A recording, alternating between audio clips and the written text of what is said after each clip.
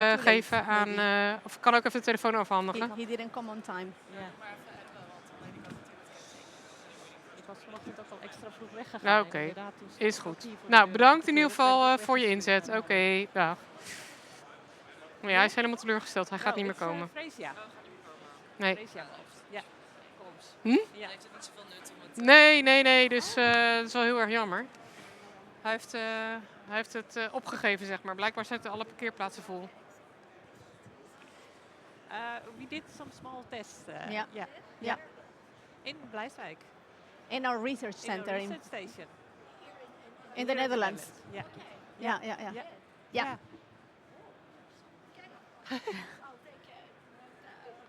Yes, Yeah. sure. Hij komt dus niet meer.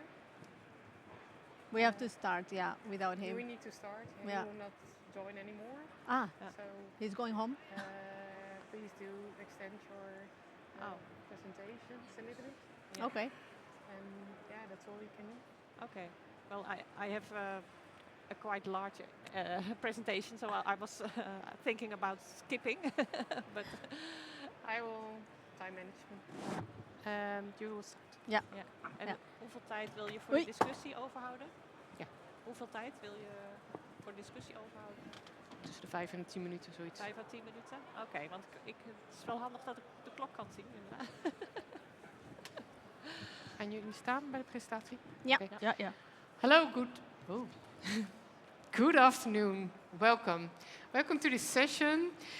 My name is Jacqueline van Oosten. I work as business development within Wageningen Research Horticulture. Unfortunately, one of the presenters was not able to park, so he needs to return. That's very unfortunate. However, who had any idea of growing bulbs, flowers in a greenhouse? Who thought of that before coming into the green tech? See one hand. Okay, that could be some interesting because everybody knows the Netherlands of bulb flowers, flower fields, especially a month ago in the Keukenhof area, with areas of tulips, hyacinths, etc. But all these growing and bulbs have also some challenges, and to meet these challenges, our colleagues of our research institute are working on solutions to meet those challenges and grow bulbs in a controlled environment. So I will not keep you up any longer, and I will give the floor to Natalia. She's going to give a first presentation on growing within a controlled environment of tulips and hyacinths. Yeah, good afternoon, everybody. My presentation became a bit short because we were 3 speakers, but maybe now I can tell a little bit more. Only I cut down the slides, but I will try. So first of all, flower bulbs, they are cultivated in the Netherlands, but in the open field, and mostly everywhere in the world in the open field. Why did we think about soilless?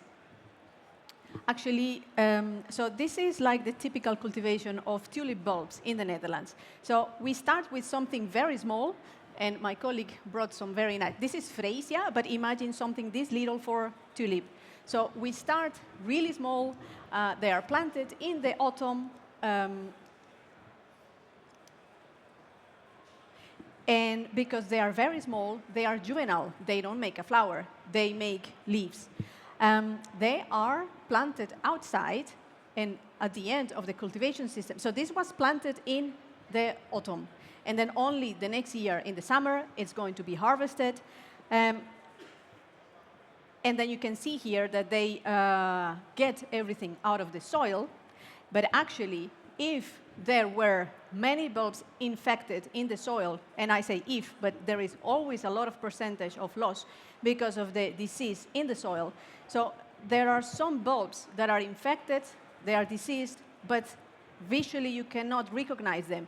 They are going to be washed in this process, they are going to be sorted, they are going to be then stored during the summer.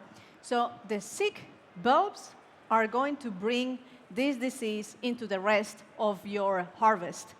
And you are recirculating bulbs and you are recirculating disease. Now, you need to do this at least 4 extra cycles to get a bulb that makes a flower. So imagine 4 times, 4 years, recirculating all the disease in the soil and having so much loss. What is the consequence? That you have to spray a lot with pesticides to be able to control this disease pressure. So that's why in the Netherlands we are under the press eye, because the cultivation of bulbs is not supposed to be sustainable, but it's because of this disease pressure. So, and on top of that, once they flower, it doesn't mean that the bulb is marketable. Actually, in total, this can take 6 years before you really get the bulb that is going to be used for the flower market. So we thought, how can we break this cycle? How can we make this production more sustainable, more clean? So we came up with this idea, and this is a project called Fundamentele Systeemsprong. So it's basically in English, jumping in the system, or a big jump in the system. And the idea is to start with in vitro culture plants because they are disease-free, virus-free. Then we try to cultivate them in the greenhouse. But of course, the idea is to shorten the whole life cycle and to use all the input possible to get maximum bulb growth. And also to make it feasible, economically feasible, we have to do an extra propagation step so that we make it feasible. And then at the end, then we get these bulbs that are going to go outside for just 1 cultivation cycle outside. And then they go into the market production or the flower production. So you don't recirculate this. So this was our proposal. And in this proposal, or in this project, we had several crops like narcisse, tulip, Santedecia, hyacinth, not yet, I think a little bit. And I'm just going to give an example of what we did with Santedecia. Santedecia, do you know the flower of Santedecia? Santedecia is this very beautiful kind of cup. It looks like a cup, a flower that looks like a cup. And they call it also flower lily. Flower lily? Yeah, I think so. So it looks like a cup, and it's with different colors. So this is Santedecia, and then this is the current cultivation system. They already have an advantage because they start already with in vitro culture plants. As you can see, okay, I cannot use this, but they already start with in vitro culture plants, which means that in the first cultivation cycle, as you can see there are some people specialized in the cultivation of clean material. You have to enter the greenhouse dressed as an astronaut. You have to be extremely clean. All this effort so that in the last year they go outside. So then it sounds unreasonable. And they call it T1 because it's tissue culture grown 1 year. And it's not really done in high tech. You can see a picture here. So then what they use is crates with substrate.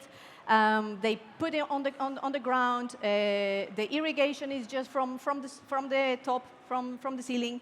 But they don't really control. They don't have light because they use the seasonal production.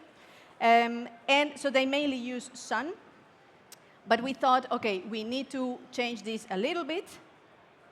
And the proposal with the growers that were participating in this project was, how are we going to make, so what you see here, the numbers, this is the size. So as you can see, they have different sizes in the bulb industry, and they always grade them by size. So when the T1 goes outside, it gets a size 8, 10, but it needs to go again so that they can cut it in pieces, and then this is the propagation way. But imagine when you cut a tuber in pieces and you plant it in the field, what you get is sometimes nothing. You don't harvest anything because of the loss, but at the same time, you can get some At the same time, you can get the ones that survived, they are size 8, 10. But you get a huge loss because they are planted outside. You have no control over the weather, over if it's too wet in the field, over it's too hot, it's too cold. So our idea was, how are we going to get into this P1 in 1 year? So then we need to have one cultivation inside the greenhouse, and we all decided that this cultivation was going to happen in winter. So winter, immediately, no, because if we don't use lights in the greenhouse, now suddenly this is going to be extremely expensive. So you guys are going to start using light. You're going to heat up the greenhouse. This is crazy. But luckily, our partners were like, we want to test it, and we want to see how far you guys can go. Now, in this first cultivation, so we try to be energy friendly, and then we cut these tubers in pieces, and then they go into the second cultivation. So the question was, how much energy are we going to give in that first cultivation, because it's winter? So we have to always look at what is the plant doing, the physiology of the plant, photosynthesis. And we saw that actually you can see in red that this is the curve of photosynthesis. The plant does not need constant lighting the whole time. It only needs, in a period of time, it needs the maximum light, which means, as you can see maybe here in the picture, this plant is still looking green. And then the concept that we have is give as much light possible if the plant looks green.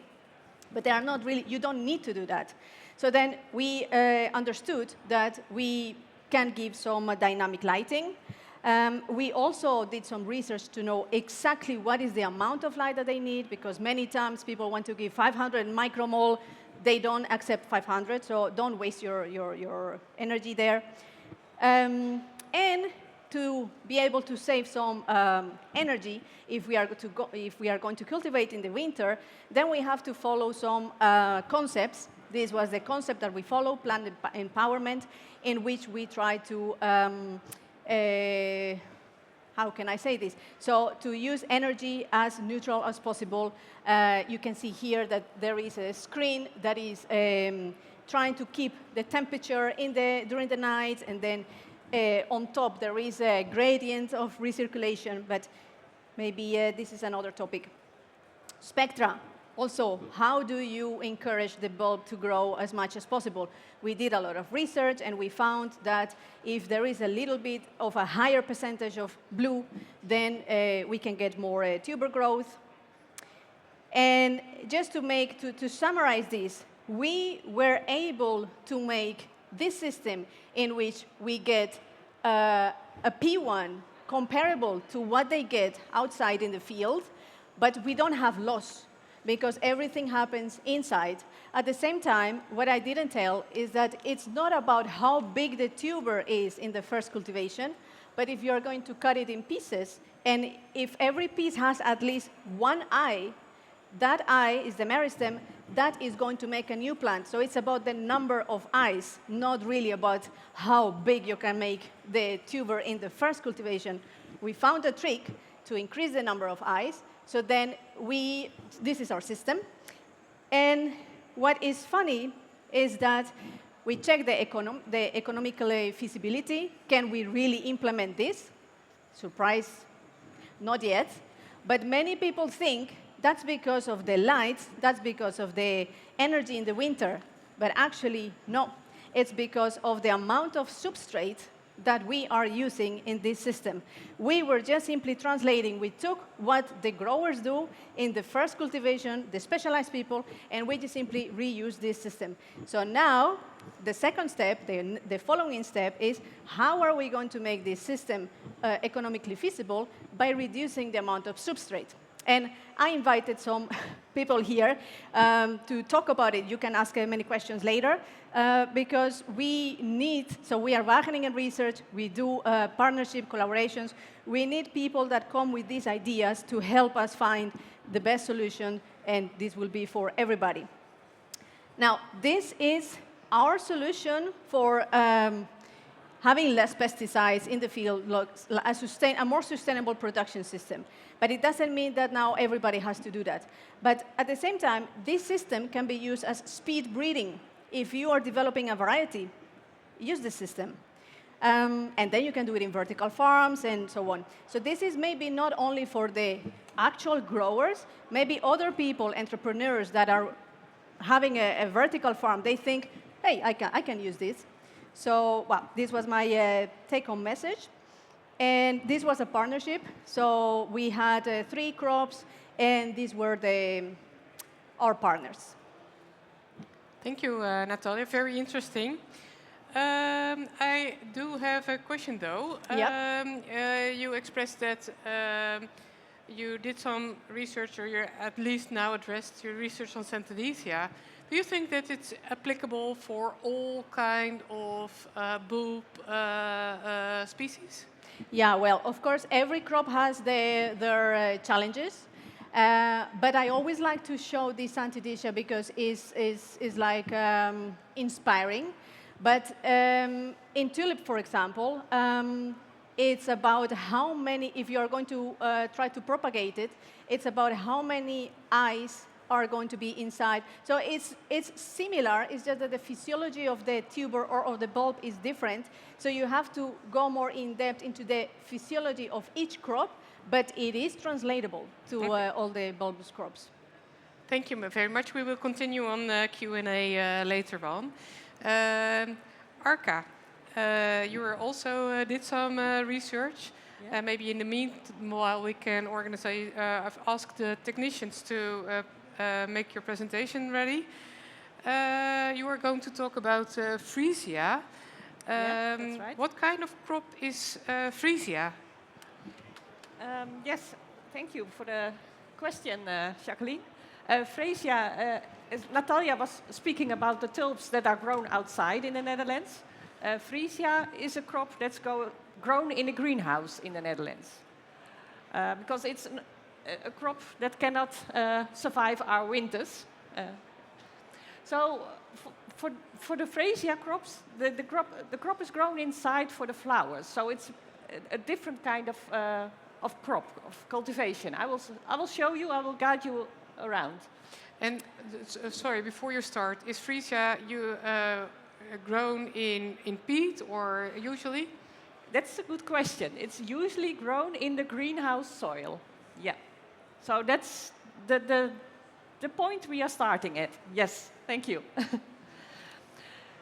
The freesia research is a part of the project of Greenhouse 2030 in Bleiswijk. It's a project where we demonstrate how we think the cultivation will be in 2030.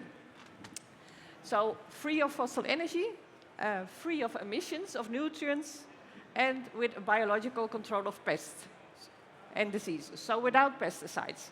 That's the aim we want to achieve.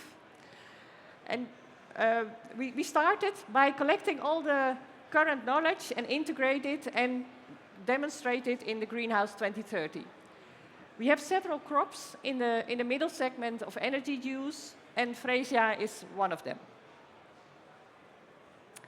So for the fossil-free, I will go a bit quickly through this part because we are focusing on the soilless production. We have integrated all the available things to go fossil-free. So we have green electricity, we have a heat pump, we have a peak boiler on biogas and biomass.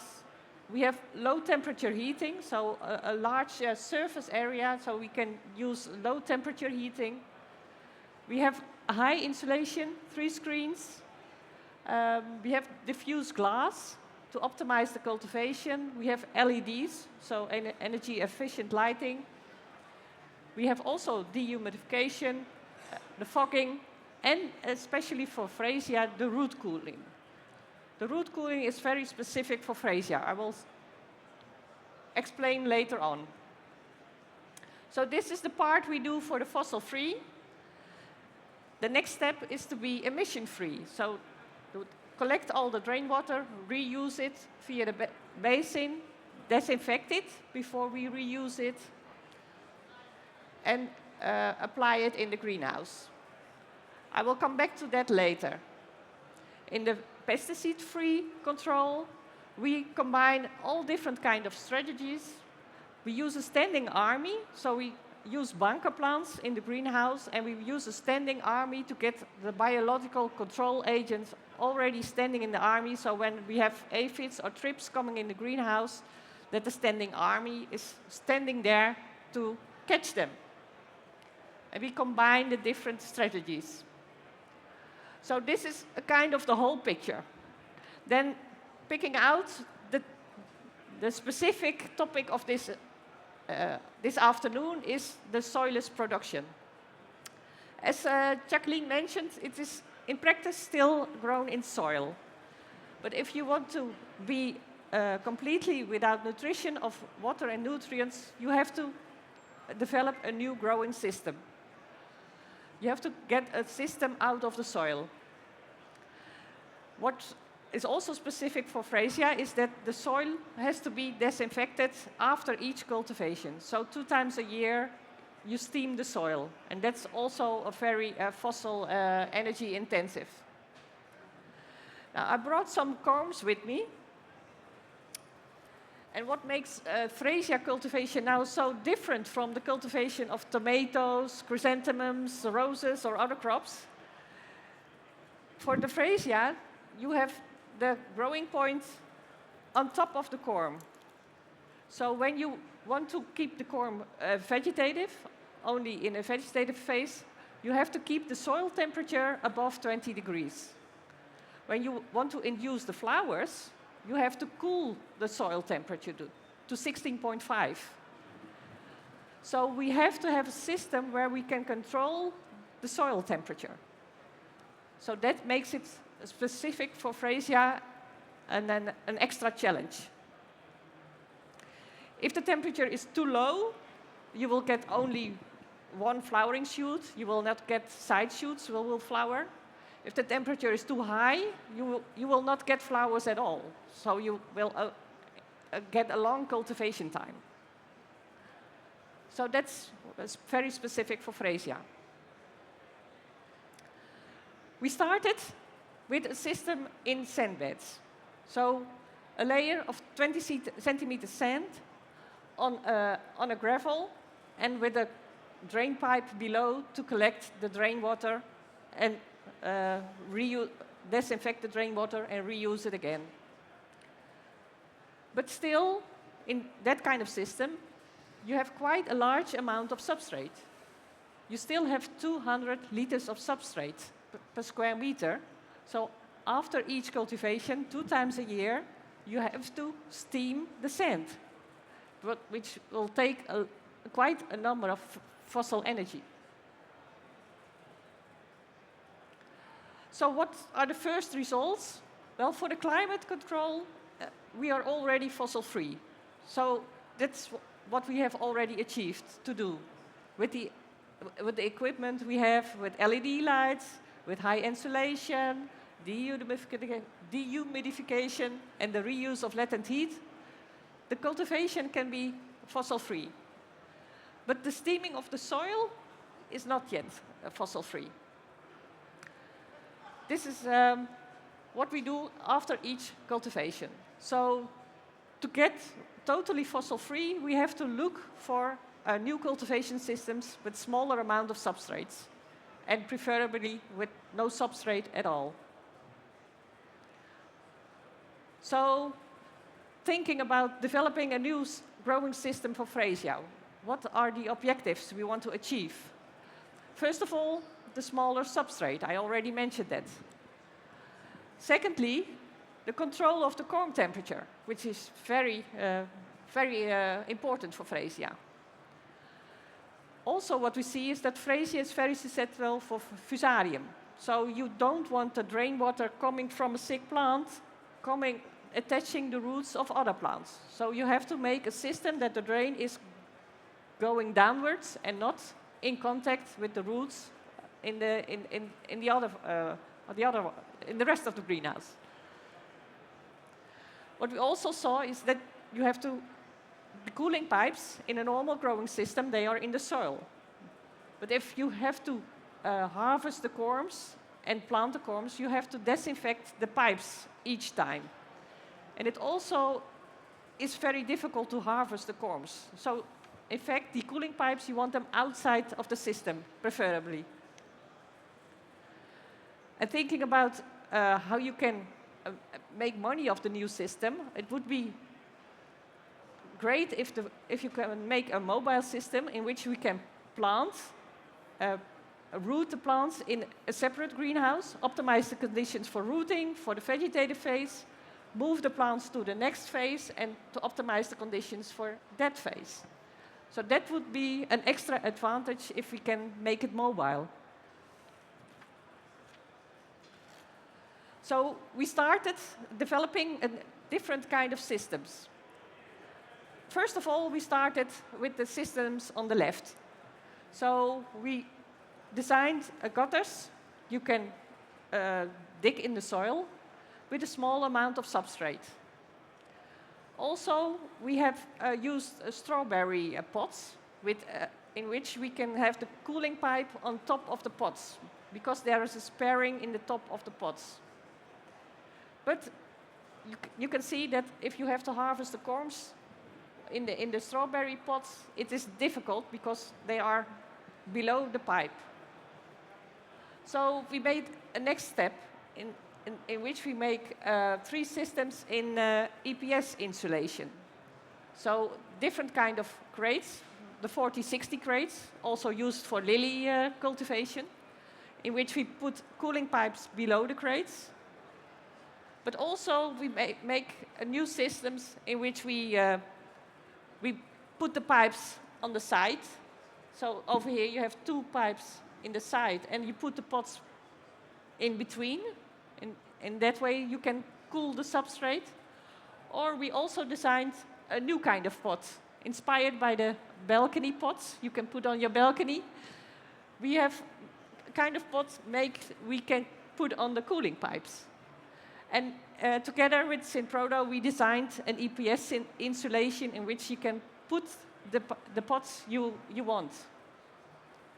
And the most ideal situation would be that you can go to the waterbed. Then you have no substrate at all anymore. So that's also what we are working on. The growing system on waterbed. You have a board in which we have the sparings for the plants. And we use the grow cones that are biodegradable. In that we put the corms and a little bit of substrate.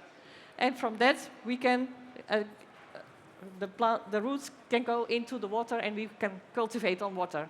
Because it's very important that the corm stays dry. So the corm should not be in contact with the water. We have experienced that if there is contact with the corm and the water, they will rot immediately. So it's very important that you keep the corm dry and above the water.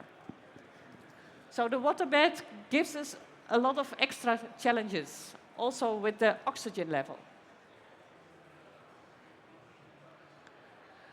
This is a picture of the greenhouse, of the current greenhouse, of the planting. We have 8 different beds, and on each bed we have a different kind of growing system. You can see the different systems over here. In the future, we want a system where we can automate the planting, also automate the harvest of the flowers and the harvest of the corms. But in this research, it's not automation yet. So I have a lot of colleagues helping me with all the manual planting. So that's a bit of the technology part of designing a new crop, of a new growing system. Another way of thinking how we can change the way of cultivation, how we can make the automation possible, is by looking at the crop. Can we change how the plant is growing? Can we to make it more, that in the future we can also make automation of the harvest possible. In the current freesia crop, there are 96 plants per square meter. They made one main stem and then make 3 side shoots. So you have a very dense crop, and the harvest is very labor intensive, but also it's you need experienced personnel to do it. So in the current situation where we have less personnel available, you want to have another kind of crop and where you can automate the harvest in the future. So what a group of growers together with a breeder company, they started already 10, 15 years ago with that in mind, that the current cultivation the harvest cannot be automated. They already started a plan, how can we breed new varieties that we can grow in a different way? Can we make varieties that you can grow more like chrysanthemum? One stem and harvest of one flower. Then you can automate the harvest in the future. So they started already then, and now they have the first varieties in which that is possible to do.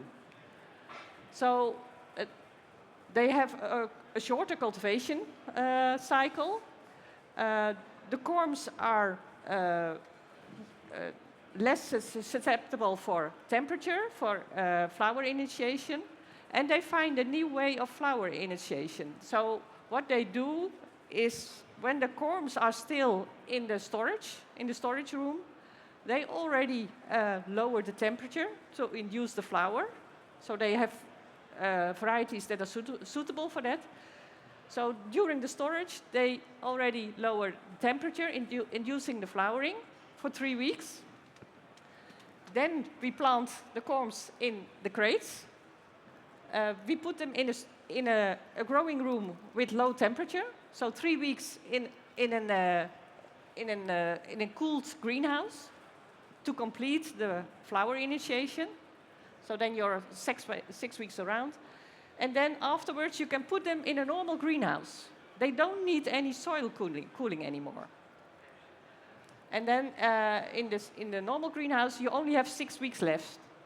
So then you will get a much shorter cultivation cycle. You can do very more cultivations after each other per year.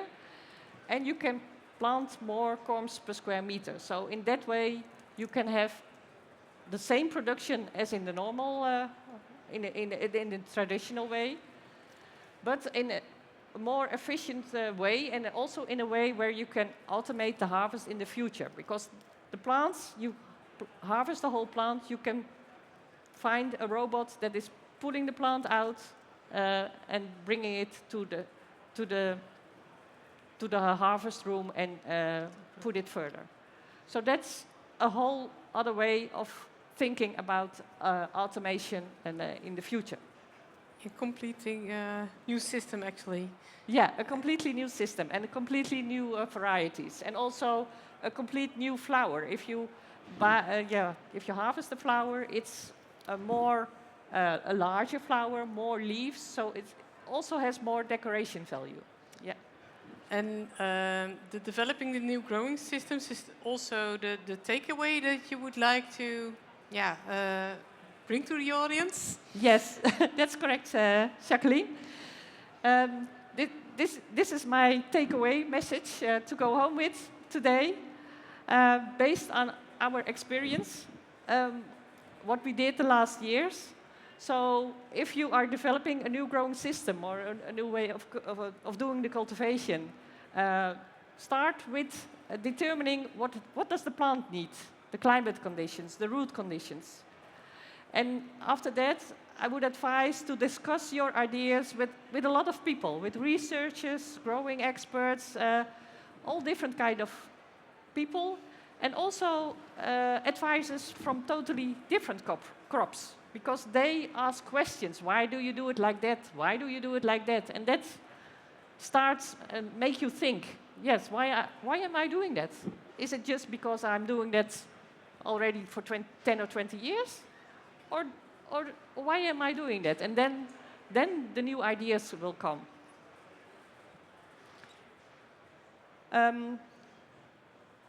also with what we do is that we work together with technology companies. So, for example, for the water system, we work together with Meteor because they already have water systems for lettuce. We also work with Bato, but because they also have crates and growing systems for other crops. We work together with Simprodo to make the insulation around the pots. And when you speak to them, their experience is also very valuable and to take into account. So my takeaway message, start, learn, improve, and in that way you will get step by step, you will get to your new cultivation system. Thank you very much, Thank Arka. you. Applause to both of you. Yeah. Please take a seat, Arka, because I think now it's also time maybe to interact with the audience.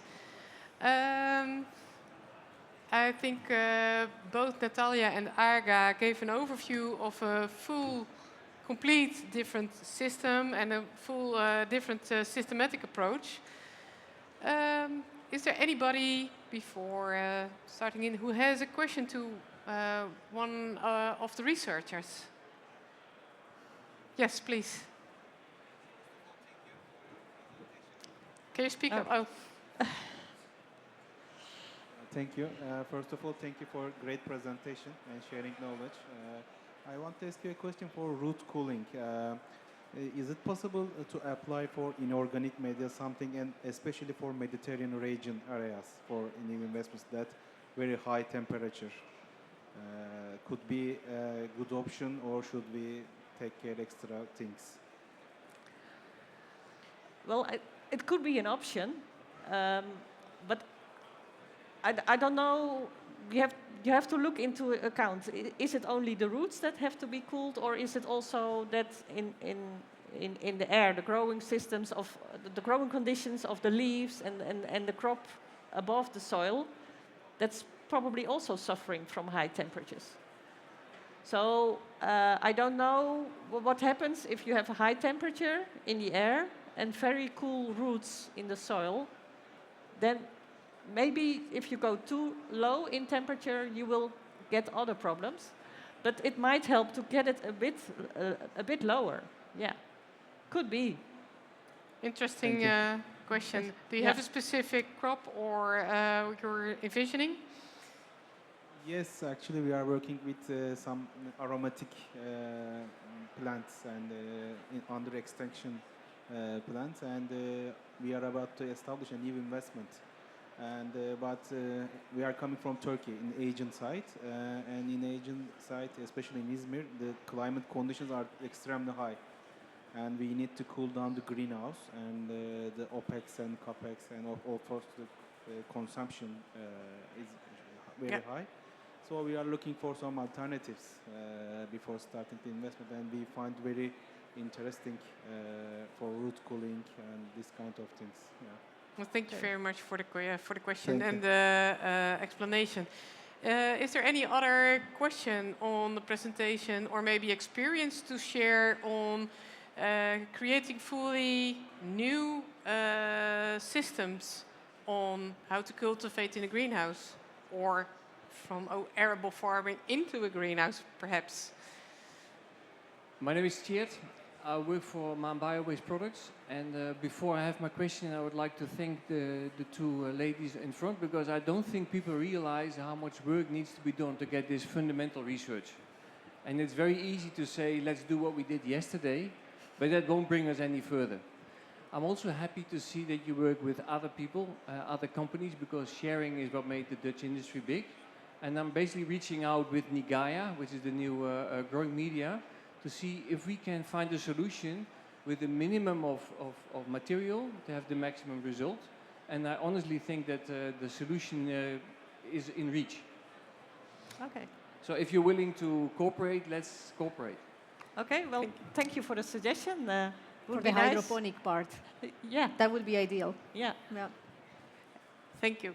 Any other questions? Thank you for the presentation. I'm a saffron grower, in Quebec, Canada, so I'm a French speaker. We have different projects in Canada to grow in vertical farming, saffron, but we're looking for the way to multiply the bulbs inside. Okay. Would like to know if you have some research on this or some example about this. Yeah. Well, we have done some research on saffron, but it was the forcing of the flowering. That's what we did research on. We did not do any experiments yet about the propagation of the bulbs, but we have a few years ago we have thoroughly searched all the literature, how the growing conditions are outside. So based on that knowledge, we can find a way. We can find the global conditions that would help. Yeah. Maybe I can add a little bit more on that. So I just peeled a freesia, and I see that it looks very much like saffron. So it has eyes in every, how do you call that, tunica? Basically, when they have an axillary eye, it's because there was a leaf before. So the key is how do you increase the amount of leaves? If you increase the amount of leaves, you increase the amount of eyes. So, but normally they react to this according to the climate conditions, that they make more or less leaves, but also some hormones. So if you are interested, we can always start research projects because we are going to start a new research project only about the propagation of flower bulbs. We were considering to have saffron because saffron actually you want many flowers, so many eyes when you're producing your flower. But actually, the more flowers, the corm starts to shrink, and at the end, you harvest something this little. So then, what you want for the flower is not what you want for the propagation. So it's completely two different routes. And the key is in the amount of leaves that they produce, and how do you increase the amount of leaves, growing conditions, and some applied hormones. So later we can talk more if you want to participate somehow. Or Yes, let's talk about it. I'm very interested. Thank you. Thank you very much. And the last thing, also like a takeaway, as explained starting on this session, we also invited a grower that actually already has some experience. I don't know if it's called serendipity or whatever, but what he explained to us in preparing this session was that the results were actually far better than actually expected. So using a climate control system, so to say, to breed flower bulbs, you have a much more clean area. You can do about 3 cycles in a year. And the other thing he told us was very promising, is that the bulb created by this way of breeding was much bigger. So especially in breeding perspective, where you need a lot of, I'm not a specialist, so you need a lot of results, a lot of childs, I always say, small parts.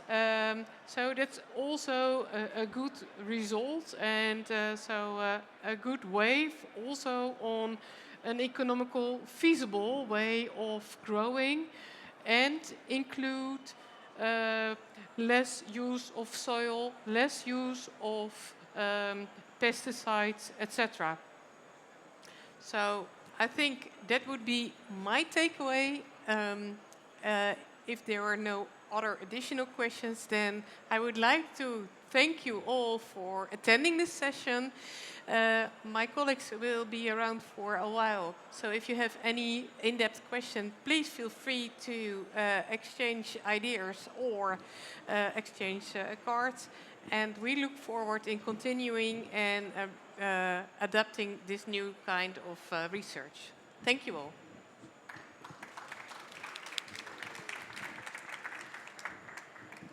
Pater? Dank je.